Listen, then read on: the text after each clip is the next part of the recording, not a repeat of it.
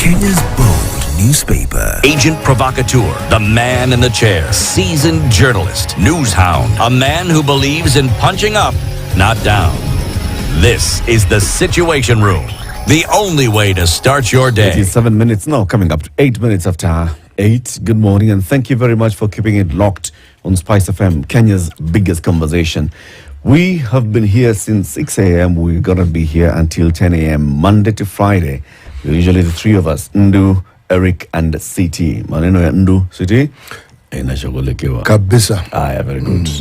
Very good, very good. Aya. The Aga Khan University Hospital tells you, please, do several multi-point check on your body. Like pime oil, wangalia bushes, brake fluid, kama kuna leakage anywhere, wangalia kama ball joint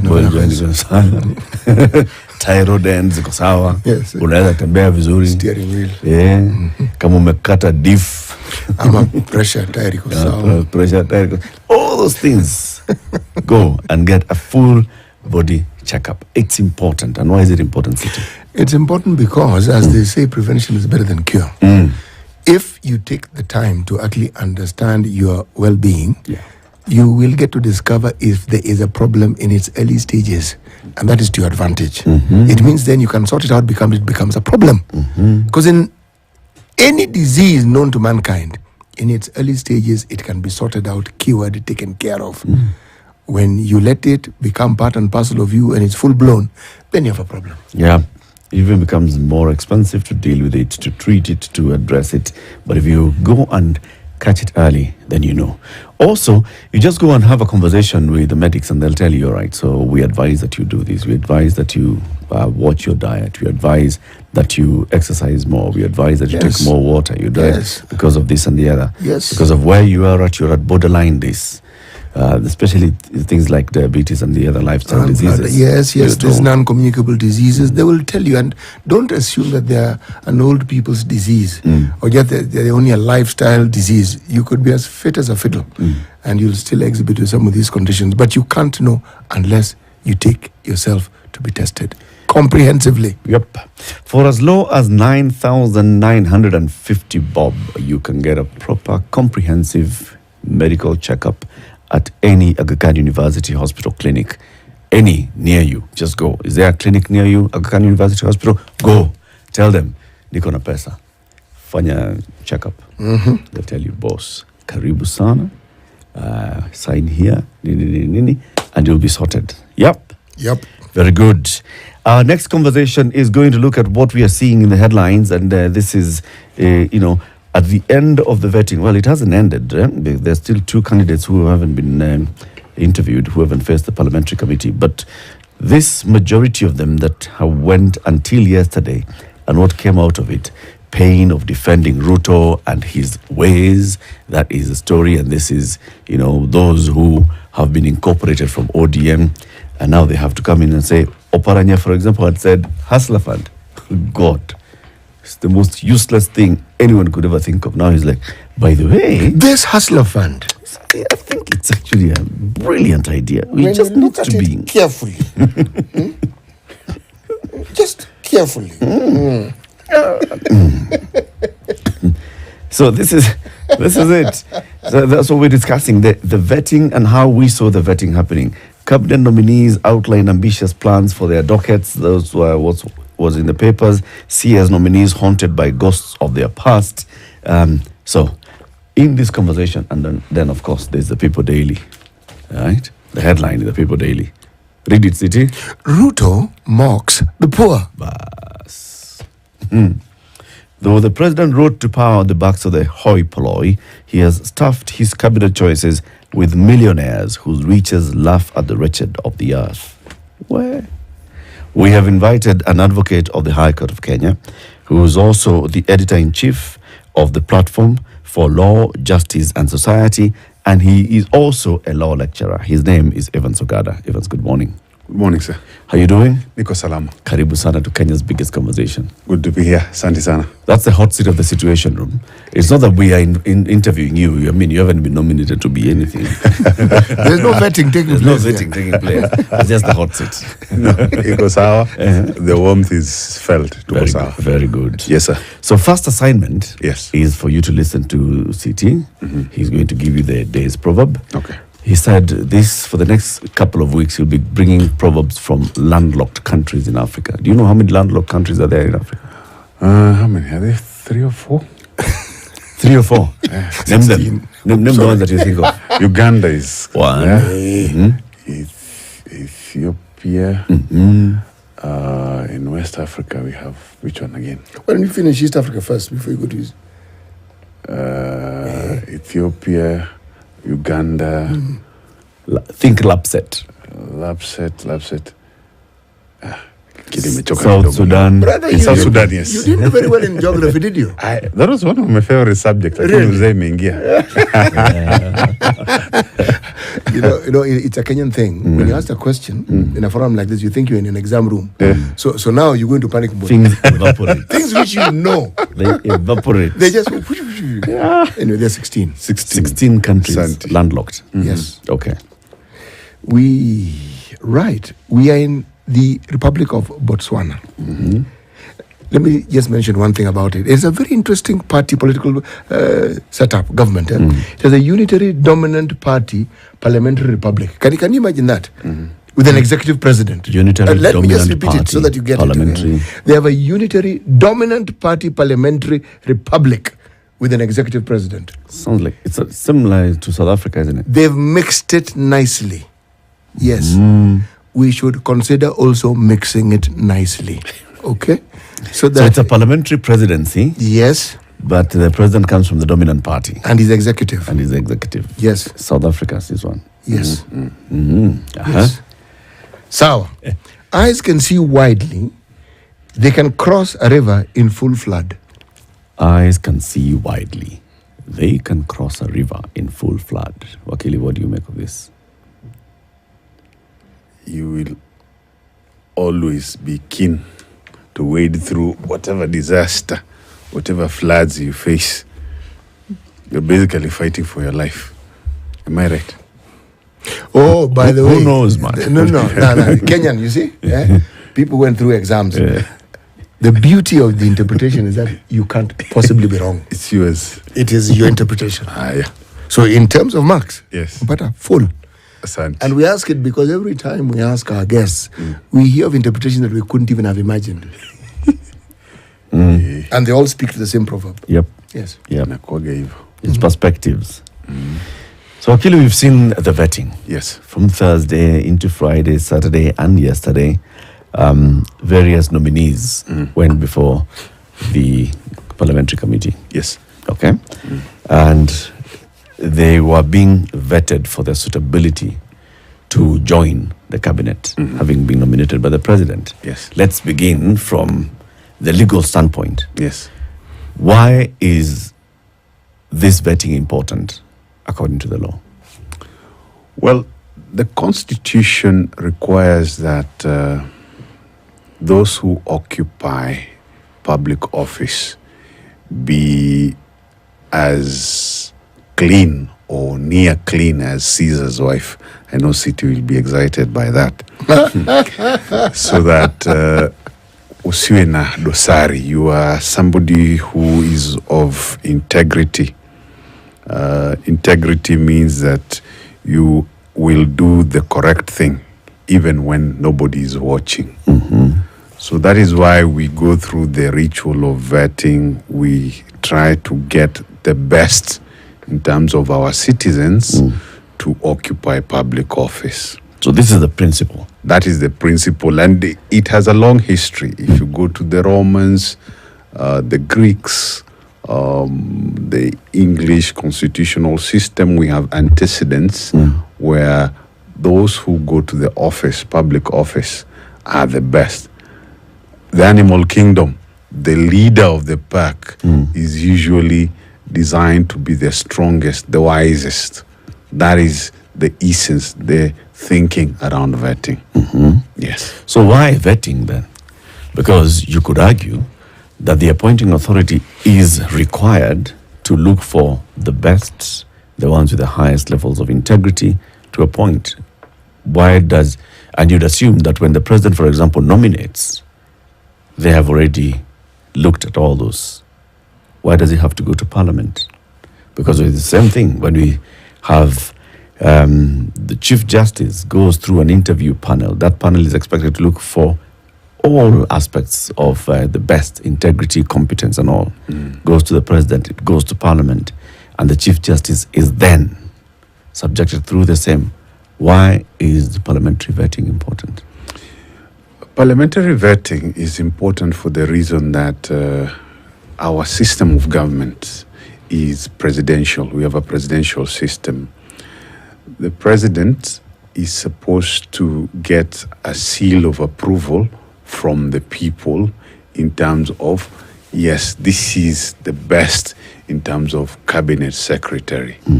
So since we cannot all go to Parliament and say, yes, Rais huyu ni mzuri, we will, in terms of theory, we will rely on our representatives in Parliament. My MP for Embakasi East, Babu Owino, will speak on my behalf and say, huyu yuko sawa. We endorse this candidate because he is the best for the position. That is the essence, that's the theory, that at least is the desire when we go through vetting. Yes. And because Parliament will have to subject this process through public participation, Yes. it means that the people are the ones who are directly vetting the nominee.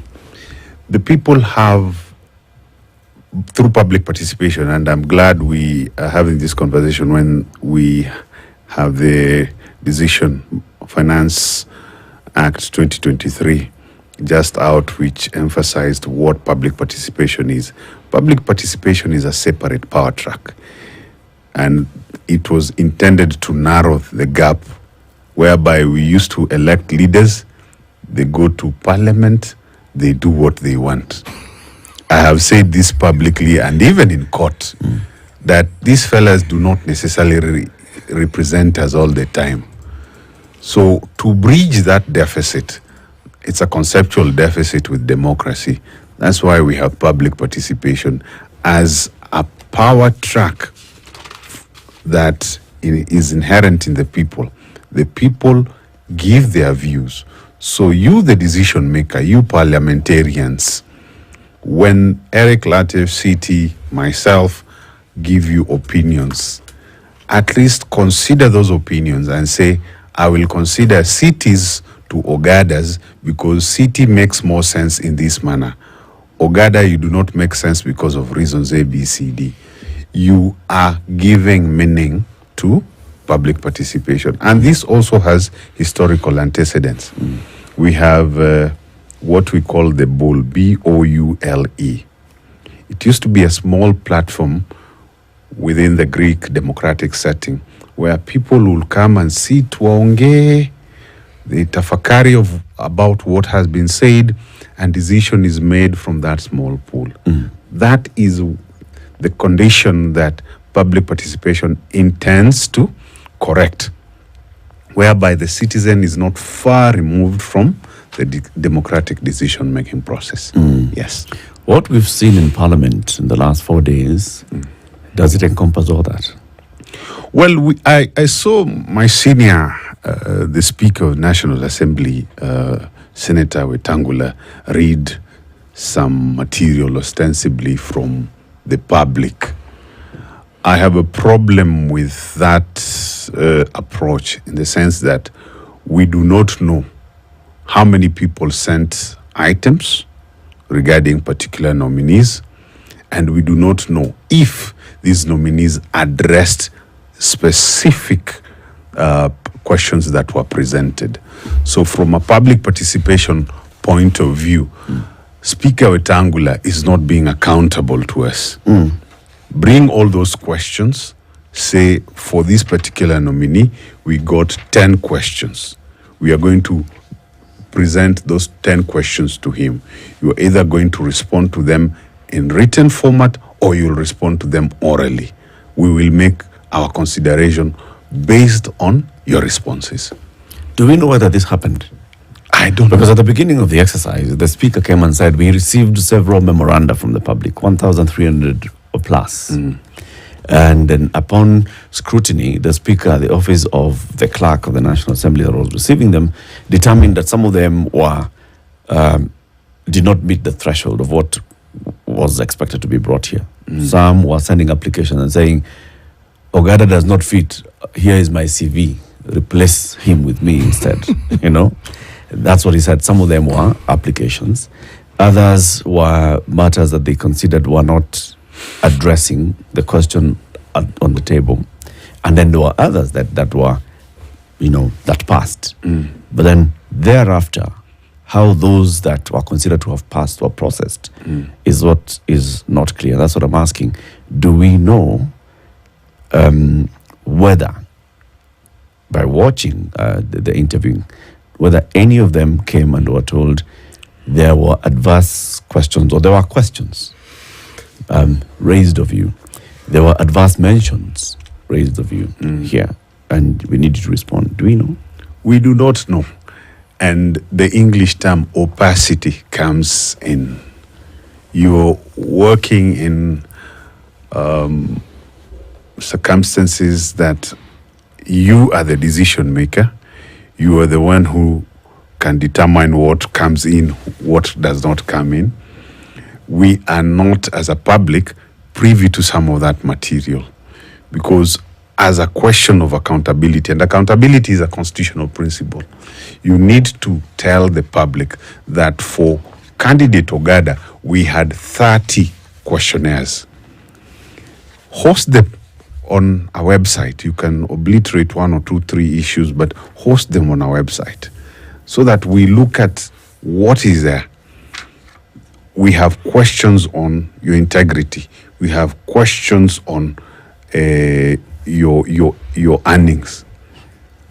When you operate that way, the public is able to follow.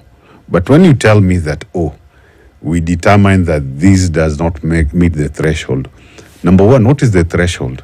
Because for you to determine that something does not meet the threshold, you are required to give us the parameters of the threshold. So what is that threshold? Is it for you to determine the threshold and then continue to determine whether it meets or not? It's a problem. You know, the discussion around public participation, the discussion about representation, get to the heart of this matter. Yes. And perhaps it becomes clearer because of the protests that began on the 25th June and where we are right now. Because for the first time, the one subject that has eluded discussion, accountability, Yes. is now on the table. Yes. And it is a center Yes. of everything. Yes. Because when you say there are people we have elected, then we are hesitant to say the representatives because we've elected them. Yes. But the representative aspect of the election is not very visible. Then comes this issue of those who are nominated. Now, what I find, well, let me call it interesting. I was about to use the word disturbing, but what I find interesting is this. Did it need the younger members of our community, of our society, to point out the obvious to us? It was not needed because accountability, public participation, you go back to even our traditional African communities. There's a late professor from Ghana, George B.I.T., who did a fantastic job in writing about the concept of distooling. City, you are the chief of Clan X. You were supposed to be the custodian of this community's interests. The moment you stopped having a conversation with your people and accounting to them, this is what the number of bags of grains we have in the granary. This is the number of spears and shields we have for our defense. And you do things, wewe kivyako. You hoard everything, wewe kivyako. you go against the oath of office and expectations of this community, they will destool you. These things that politicians like sitting on African stools, that is the stool process, the enthroning process. It's a symbol of power and authority. Power and authority. Yes. So the moment you go against the requirements of that community, the Akan, Ghana, West Africa have a more elaborate process. Yes. You were literally taken out of the stool and told you cannot sit. And that is what we have with the modern democratic process as well. That if you cannot meet the standards and expectations of the citizen, then you are not fit to occupy office. And that is why we need to know. Which brings in the question, part 2 of my question. Yes, sir. Do we have an understanding of what the requirements for vetting should be? Because they go before Parliament, people ask questions. Is there a standard? Are we, or are our representatives, are they mandated to have a certain understanding of what they must probe? Because, okay, financials all over the papers. Everybody's rich. We've got that one. We've understood perfectly. And the people daily did a good thing in saying Ruto mocks the poor. There, they understood that one. Okay, then there is the issue of character. Yes. There is the issue of what sort of person is this that we are dealing with, a little of his history. Yes. And that's where the memorandum that was sent in come in. Yes. Because these, we believe, are from people who have bothered to figure and to look at the history of these individuals, and they're saying, look, this person should not get this job. And the reason is because of this. Yes. Now, there may be other issues that one needs to look at. Then you want to tell us, we are benchmarking and we are basing this criteria on this. Yes. So that when you begin asking, we can actually see whether the threshold has been met or not. Yes. Does such a thing exist? We have templates that guide, and we start with the Constitution, Chapter 6, particularly Article 73 and 75 of the Constitution. They give broad general parameters. Then we have the Leadership and Integrity Act, distilling what requirements will be expected of any occupant of public office. The law, the tradition, the law has been there. The Constitution has been there. The tradition of enforcing the Constitution and living to these ideals to Yoshida.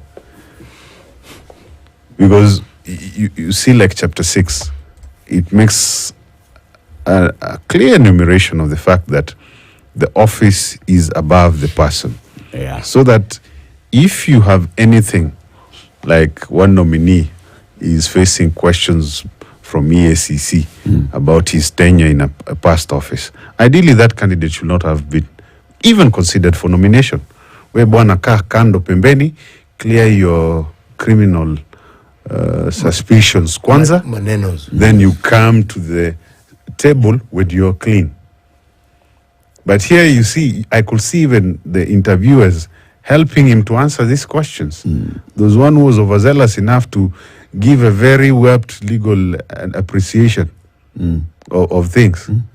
There's a candidate there who has some hotel worth billions of shillings and could not explain how he came about building this hotel.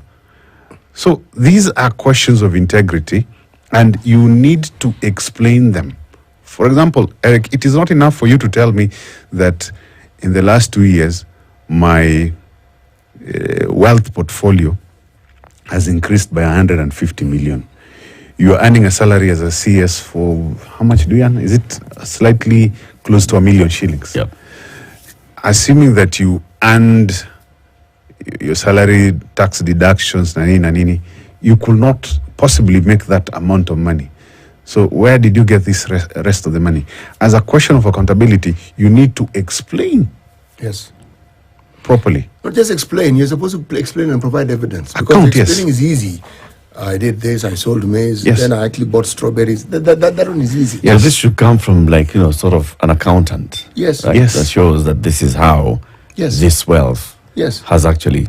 Yes. And the Auditor General as well. This is To an independent confirm. office. All right. To confirm some of these things. Yes. Let's take a break. As we go to the break, I want you to mull this question. Yes.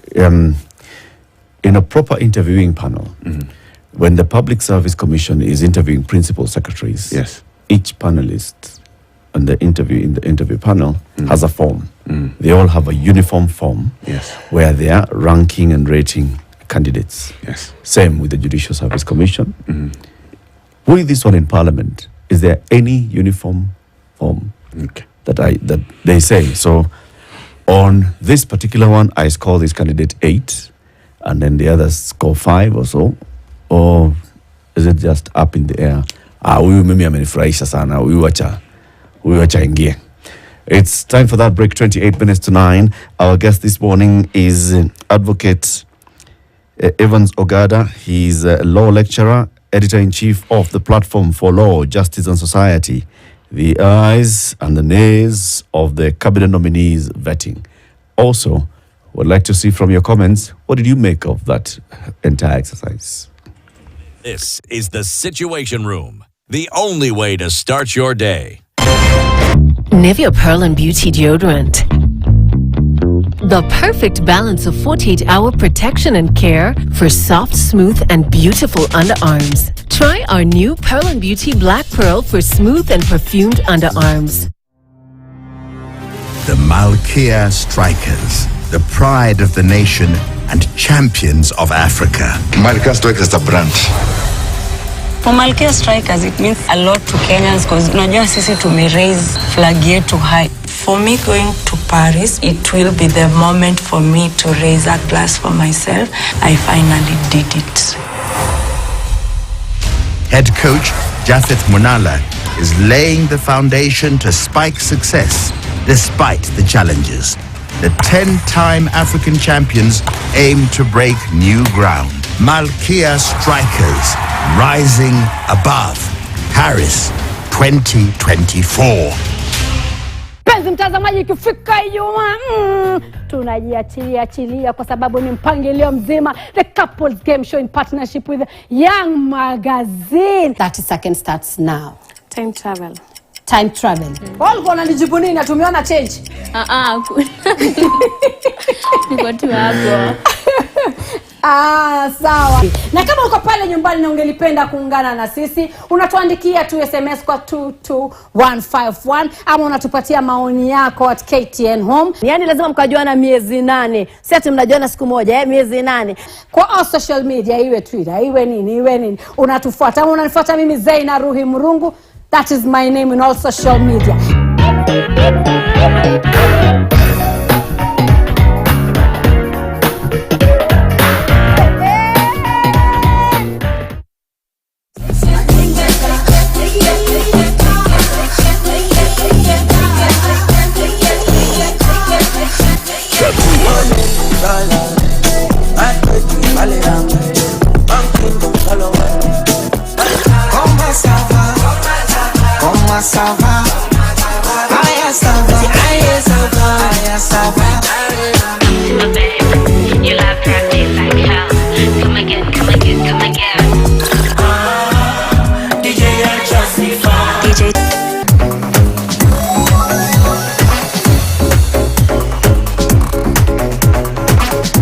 I make my Tuesday count by reading the Financial Standard. It helps me make much better and smarter financial decisions.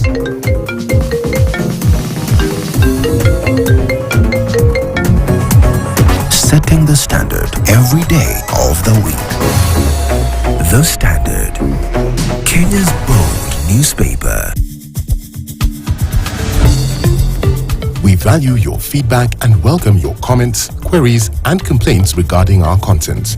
You can get in touch with us on SMS 22151, call 0719 012 450 or 0719 012 090, or email feedback@standardmedia.co.ke, or you can send us a letter on Post Office Box 30080-00100, Nairobi, or deliver it to our offices at Standard Group Center, Mombasa Road, Nairobi.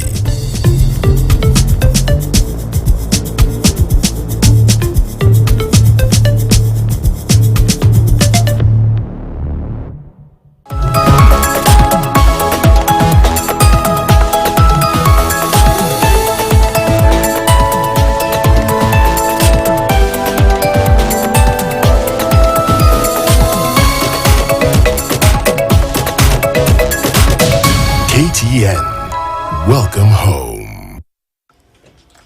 Mature, intelligent talk every morning. Spice up yourself.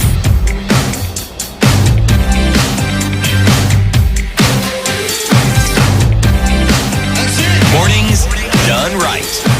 94.4 Spice FM, Nairobi. Our conversation continues with Wakili Evans Ogada, law lecturer, editor-in-chief, the Platform for Law, Justice and Society. We are talking about the nominees for Cabinet Secretary and the vetting that was taking place in Parliament. So, Wakili, before we went to the break, I asked you this question. So, do we have a uniform methodology that these committee members are using to say, on this matter, I score, in terms of understanding of the docket, I score them this.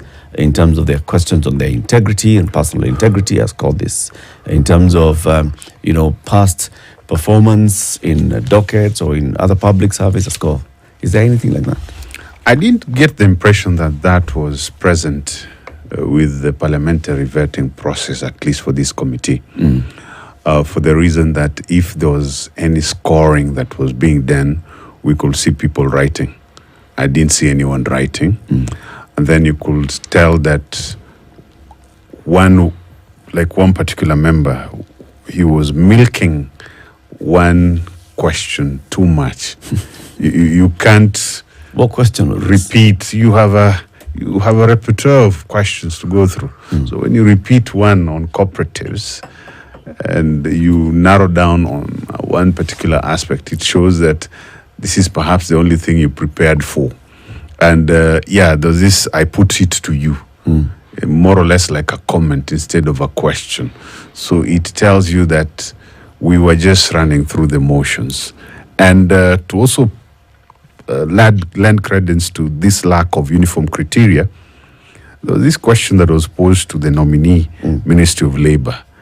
And this one riled me up a little bit. This is Dr. Matua. Yes. So when he says that he will send lawyers to the Gulf, and that these Kenyan lawyers, city, are supposed to help with the skewed laws that are harming Kenyans here.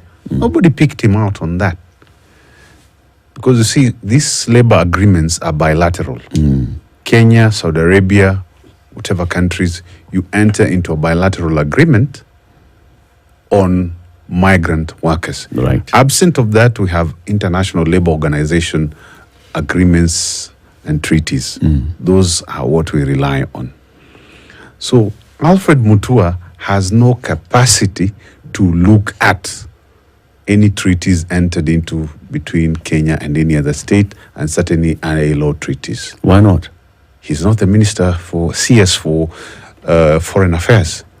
That is where treaties, the Department of Treaties is located. But a labor agreement is actually signed by the Labor Ministry. Like the one that Kenya and Saudi Arabia signed, wasn't it the Ministry of Labor in Kenya and the Ministry of in charge of those matters in Saudi Arabia, with the Kingdom of Saudi Arabia? You sign it, but the technical legal capacity is provided from the Office of the Attorney General and certainly from Foreign Affairs. So for you to say, I'm sending lawyers, you need to consult who? The Attorney General. The Attorney General will identify if there are any gaps. We'll look at the treaty. Is what Alfred Mutua proposing, is it possible? Can we relook at this treaty? Are we able to open up this treaty? So that we don't venture into the arena of populism. You just open your mouth for the show. We look at the treaties. That's not a campaign rally. This is a solemn occasion whereby you are counting to the people of Kenya, please respect our intelligence. And this is why the young men and women went to the street. Because you are insulting our brains by giving us populist answers.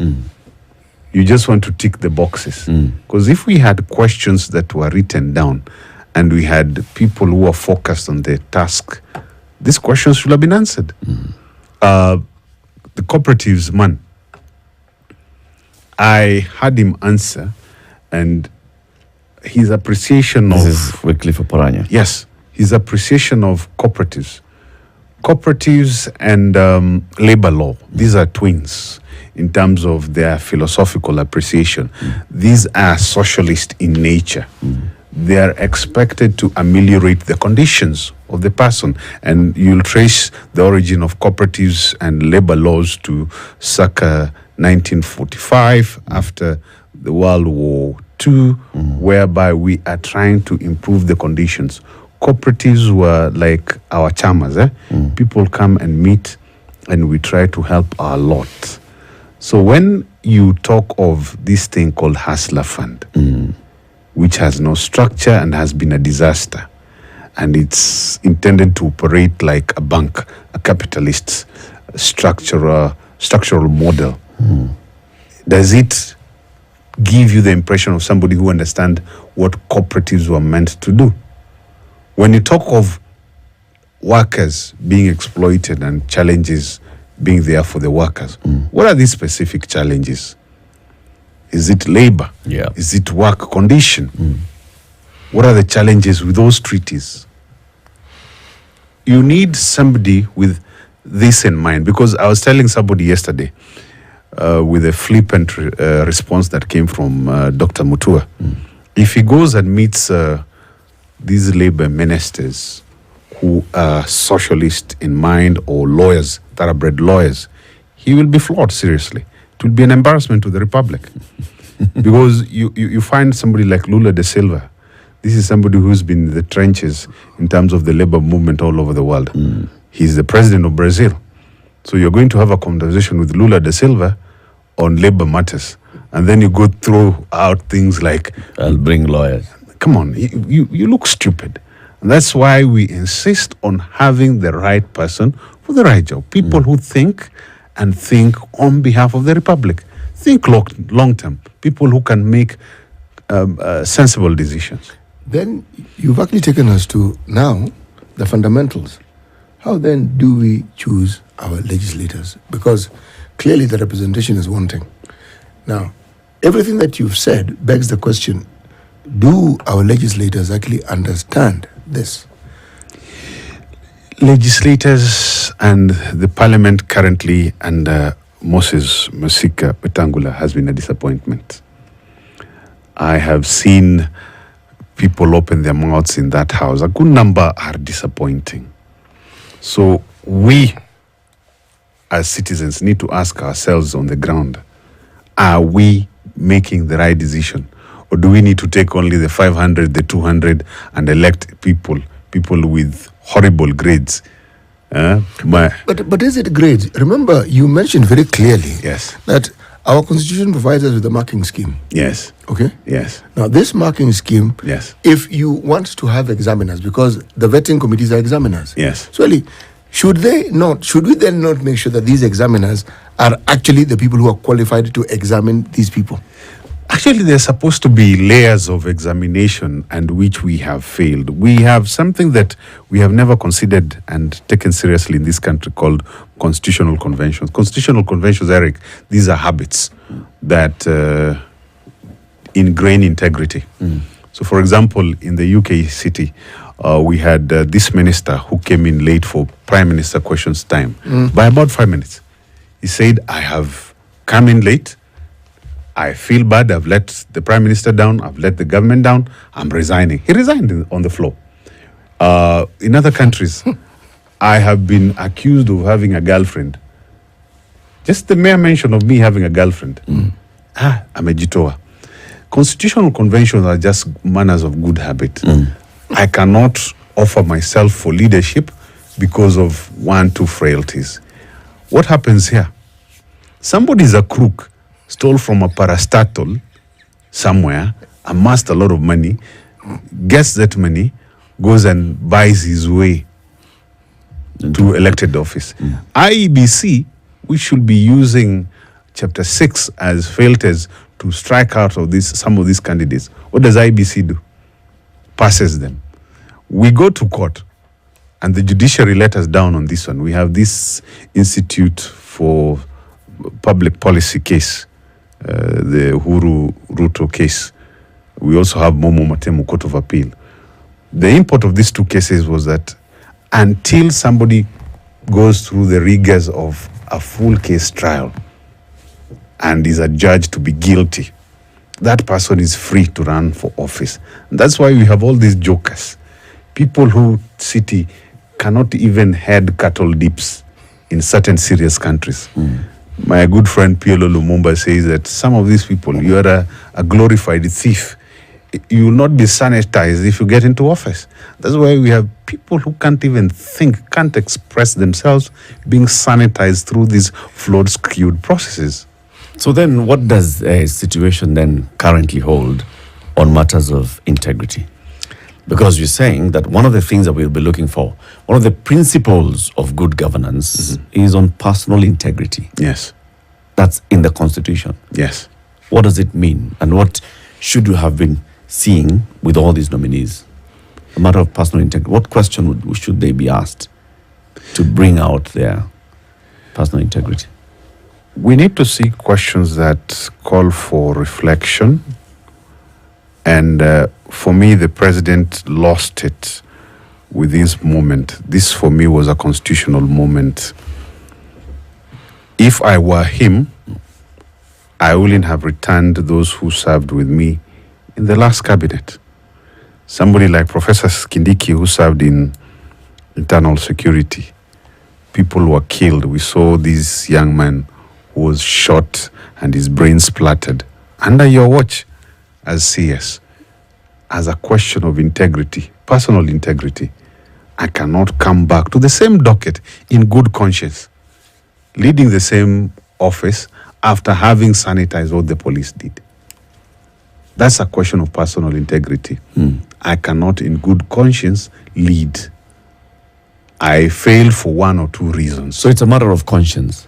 It's a question of conscience, but and personal bar, or is there a uniform bar by which now we say this is our bar as a society? Because Kithure Kindiki was asked these questions about what happened, the protests, this current protest, last year's Sufuria protests, and he said, I am not the Inspector General of Police.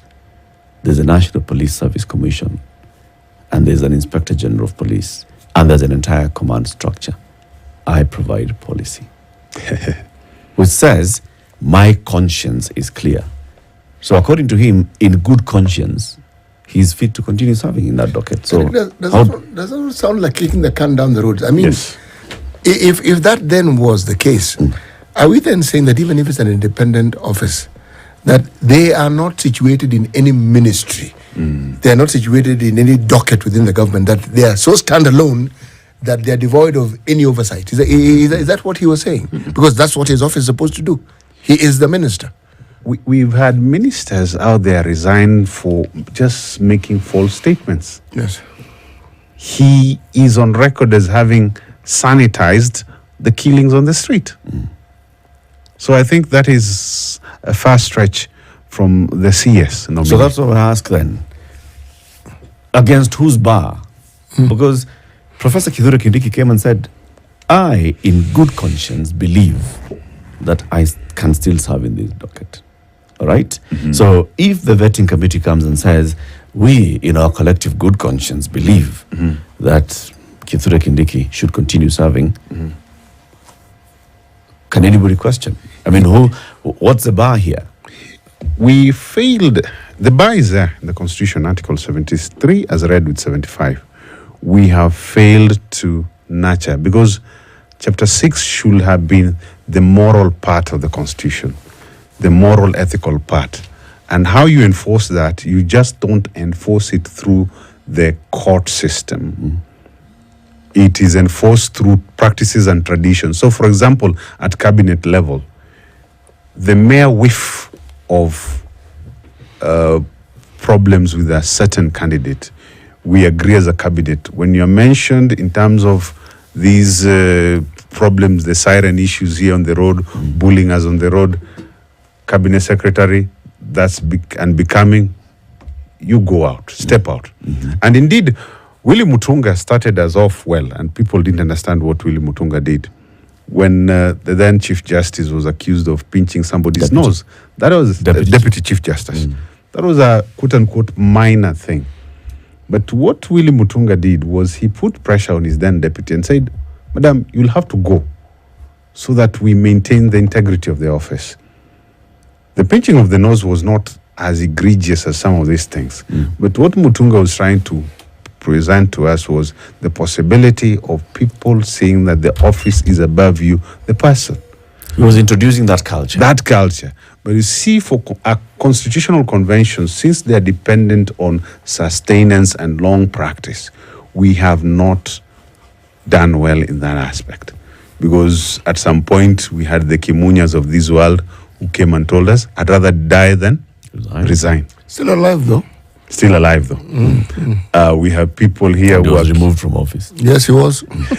we have people here who are accused of all manner of scandals. And then they will come and tell you, the legalese, we'll have to wait for the court process, due process, as you hear them say. Chapter 6 was to have been maintained by a political culture. Okay, so in your opinion, Okili, Yes. let's talk about, for example, Wycliffe Oparanya. Yes. There is a civil case ongoing in court Yes. about him, and there's a court order in place that has frozen part of his accounts as this civil case continues. And the civil case has been instituted by the EACC because they're saying that we believe that he has some wealth that was not properly acquired. And that's why there's a civil case and a court order saying freeze the accounts. There's an ongoing live case. There's the other on the back and forth about the criminal case of receiving money through corrupt means. I don't know whether that's the proper terminology or whatever. Yes. But where the DPP had initially approved, made a decision to charge, and now the DPP again, late last month, rescinded that decision to charge. Yes. But there's been this question. So in this kind of high bar and culture for high levels of integrity, should Wycliffe Oparanya have been on this panel? Certainly not.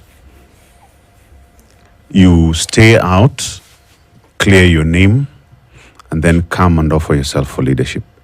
Because you see, he will be going into office with this haze of suspicion around him. And the other danger that pertains with that kind of entry, an entry that is this problematic, we have history. We are all Kenyans, we know. They go in there and then they use the political office for leverage to frustrate all manner of legal attempts to deal with them. That's why you see every other day cases being withdrawn, witnesses not coming forth, all manner of things. The very essence for you to stay out is for us to have equal levers. The process continues in the normal manner. You're cleared and you say, I am clean. I have nothing against me. The court adjudged that I'm innocent. But when you go in this kind of cloud and with the potential that you're going to karabati vitu nyuma, manipulate. It's not right. There's always the lingering question of, it's a quest that we keep pursuing. Yes. With every generation, we keep pursuing it. And from what I see, those who are hell-bent on ensuring that this accountability discussion and anything that has to do with the rule of law, it appears that those who just want to speak of it and not follow it seem to be continuously winning the day. Because with every government, we saw with the Uhuru government, Yes. things that you look at and it goes beyond your imagination. Yes. This government comes in, they take it a notch higher. Yes. Okay? Yes. And so you wonder, really? It's deliberate. It's deliberate. If, in terms of constitutional law and history, City, there's a constitution called the Weimar Constitution of the 1930s Germany. Very good constitution, Bill of Rights, with all these beautiful ideas and aspirations. That constitution was frustrated by vested interests and politics, because our vested interests in this country are big money business, people who made money while in government, and their acolytes. So those are the ones who frustrate it. The Weimar Constitution, good constitution, but they create parallel structures to it. So that you have a constitution. Me and Eric will spend time talking about 73, 75, Bill of Rights, but they create circumstances and contexts to shadow the Constitution and to undermine it. That undermine of the Constitution, that aspect of undermining the Constitution, the Weimar Constitution, led to Adolf Hitler and the Third Reich. So that phenomenon has been studied in constitutional law, whereby unless you keep vigilance, you keep having these people putting their feet over the fire and holding them to account, they will undermine the Constitution that you will no longer recognize it. You'll have a very beautiful Constitution on paper, but in terms of its implementation and even in court, you'll have nothing to enforce. So it's deliberate. So as you conclude in Yes. 40 seconds, Yes. Wakili, what would you tell Kenyans? So we expect that this committee will present its report to Parliament probably tomorrow. Yes. What should we expect from citizens, not from the committee anymore? From the citizens, look at what will be presented. If you're not satisfied, exercise your constitutional rights. Go to court. Speak out. Do whatever you can do as a citizen within the boundaries of the law. Let us not lose hope. This is our country. This is our generation. If things go on this way, we will have no country to live in. Life will become unbearable. We only have one country. So let's keep at it. Thank you very much, Wakili. So keep it here. Let's see how the committee will report back to the House, probably tomorrow, and then let's see also the vetting that happens. Wakili Evans Ogada is a law lecturer, editor-in-chief of the Platform for Law, Justice and Society. It's 9 a.m. news time. Spice up your life